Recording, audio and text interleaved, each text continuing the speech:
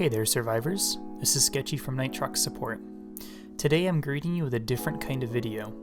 Each week we're going to go over what's new on Subnautica's Nexus mods page. We'll play around with mods pretty significantly and come up with an overall opinion of each mod. This series is intended to create exposure for mod developers in the Subnautica modding community, as well as get us playing around with some more experimental mods and have some fun. Without further ado, here's the first mod.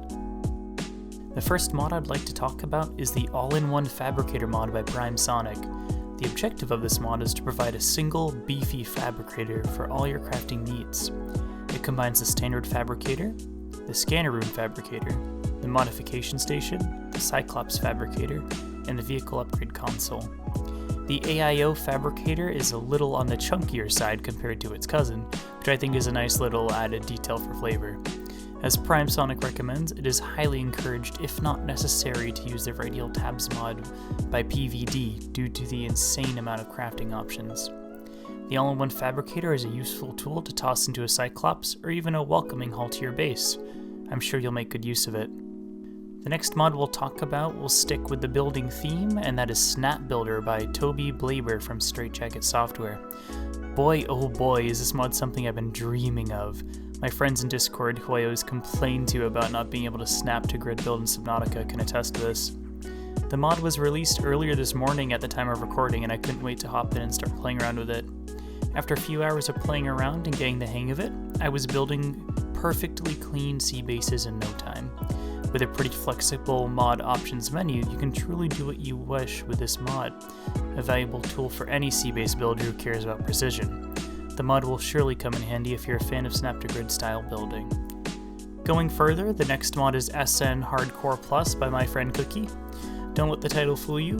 SN Hardcore Plus creates an incredibly vast and modular system for changing almost any Subnautica value in-game. This works for the players who are seeking a challenge, as well as players who already find challenge in the game to maybe tune their settings down a little bit. Subnautica Hardcore Plus adds a method of difficulty scaling where you can make the game appropriate for all levels of play if you choose to put some time and effort into learning the config values and playing around with it. The mod itself is highly capable of fine-tuning Subnautica into a game any player can enjoy. The last mod we're going to talk about is the Map Room Camera Lights mod by IHateTN931. The mod adds a small tweak to the game, the ability to adjust the scanner room camera lights. Currently, you can adjust the cone size, brightness, and range.